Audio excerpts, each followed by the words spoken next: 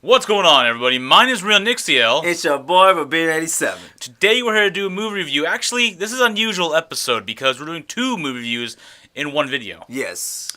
We're going to be doing Blade Runner, the 1982 version, and the Blade Runner 2049. The future of the species is finally unearthed. This breaks the world.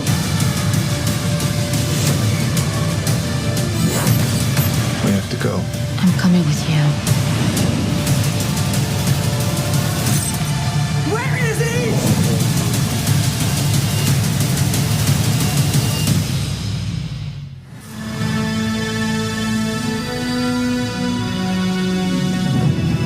And also, then this is actually a part one. In part two, we're gonna have a lot of, I would say, theories, because there's a lot of stuff we want to talk about. So Definitely, we have a lot of things we need to talk about. So we're gonna put these two movies quickly in this episode, and we'll do another theories and just discussion for the Blade Runner series in the next video, which I'm super excited about. Oh yeah. Oh man, we was actually in the theater talking about it a lot. So we got kicked out. We were waiting in the theater, and they were trying to clean it up, and we're just sitting there talking and chit chatting about this movie, the previous movie, and I mean, it's so much. I mean, it was awesome, man. But man, all right, let's start off with Blade Runner 1982. I understand there's other versions, like the final cut, the director's cut. Yeah.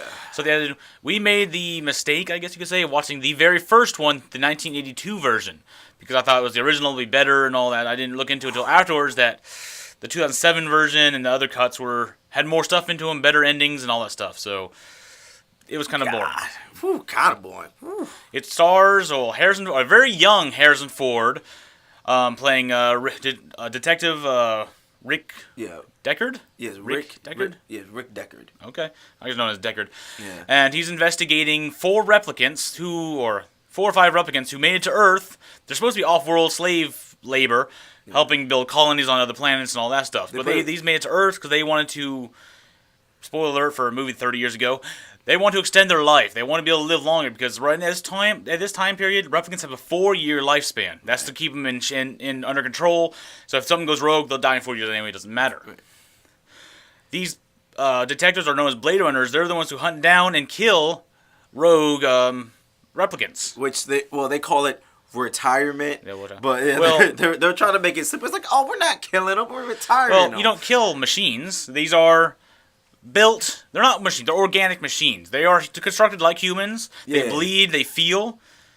They can feel some basic emotion, but they're designed. They're genetically designed. So they don't have souls because they're created and born as adults, put immediately to work, live for 4 years, and then they're retired or die off naturally because of their lifespan, or they are retired or killed.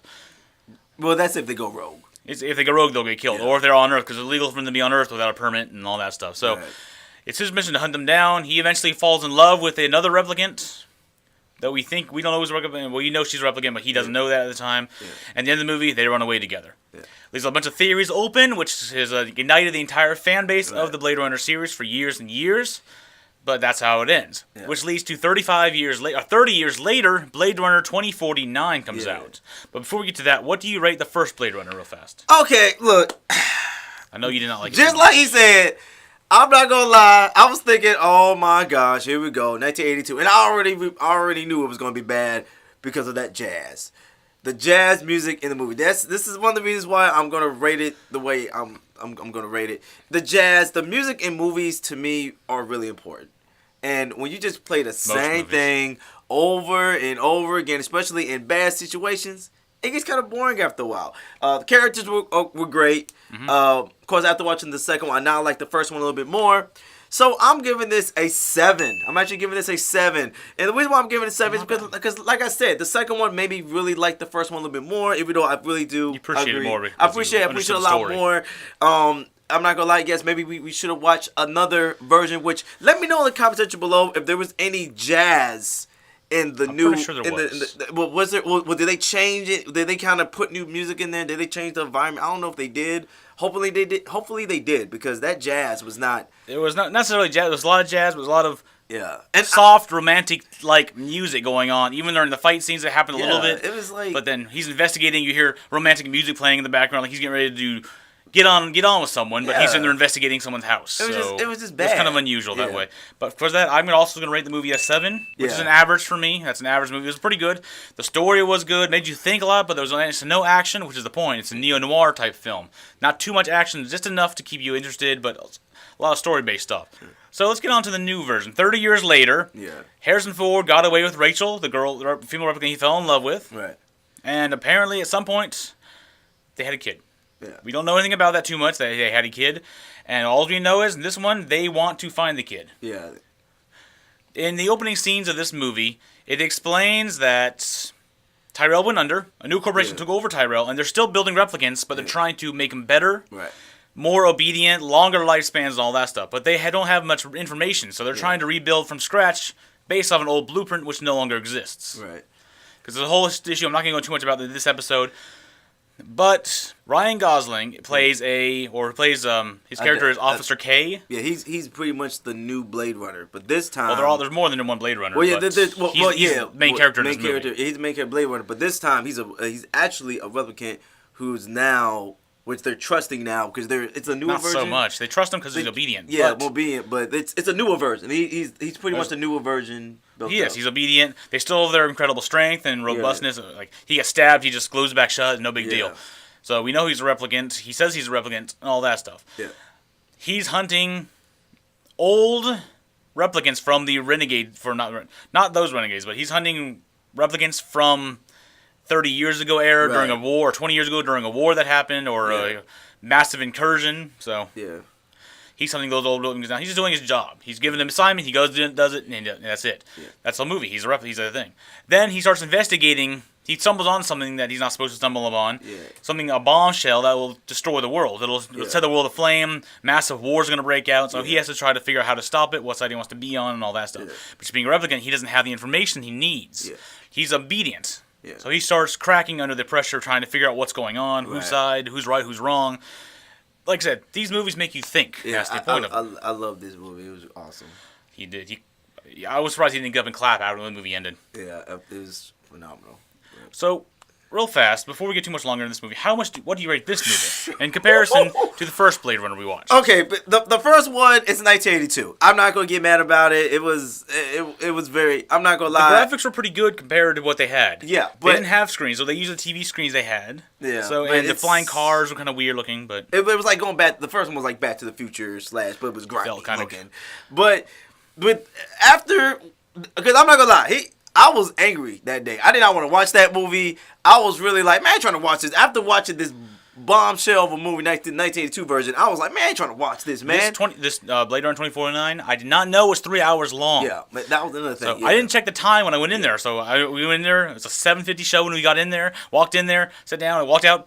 11 o'clock. What the hell? Which was one of the. I didn't know that. Which was one of the reasons why another reason why I didn't want to watch it. I'm like, if I didn't like this, and this was an hour.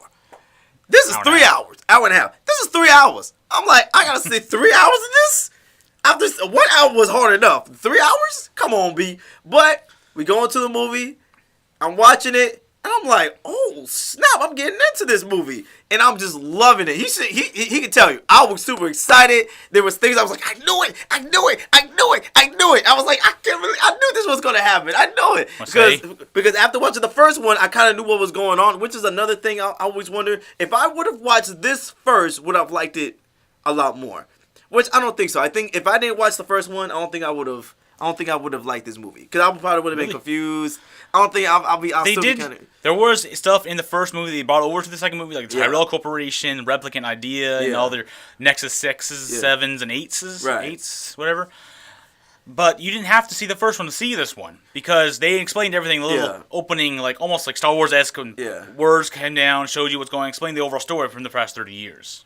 I agree with you, but you don't need to see it, but it's helpful to see. Yeah, it really is helpful. So if you just gonna, I would watch the first one because it does really help. Because then when you watch the second one, you kind of already know what's going on. So you're like, oh, I get it. So, but overall, this is a very surprising day right here. I'm about to give this rating out.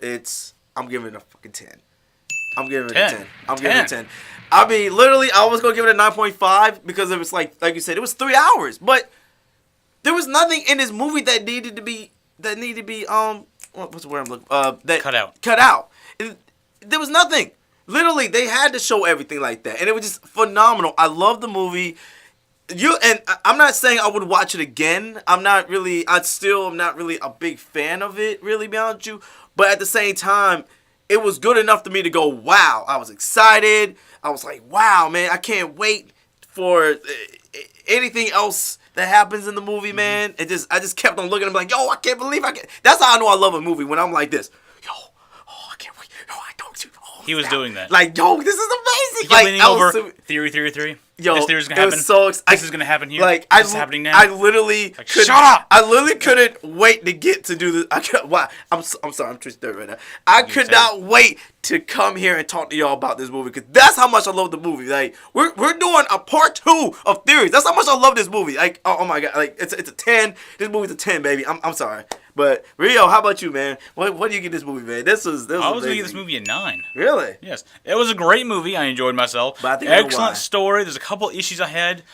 I One know of the what it biggest is. things. I love attention to detail, even the minor CGI effects, if it's done properly and whatnot. There's one thing that bothered me. It's not a big thing. It's not a massive thing. It's not what lowered the score overall. I was a grade 9 regardless. But near the end of the movie, they're sitting in a snowy biome area. Yeah. They have a lot of it snowing. It's blizzard. There's no breath coming out of his mouth. I mean, That's attention to detail I look for. Anytime I see a place in a cold place, I expect to see the smoke coming out or the breath. When you're in a cold place, you breathe out and you see your breath. Right. That didn't happen. You can see him breathing out. You could hear it, but there's no cold. Maybe replicants don't do that. Maybe they don't breathe properly. Maybe but I don't Harrison know. Ford wasn't doing it either. Then that's even worse because they don't. Then if it was just him, then maybe it was a reason for that. But it was everyone. They just forgot that detail. Maybe it wasn't that cold. Maybe it was ash, not snow. I don't know. Was there anything else? You said there was another thing.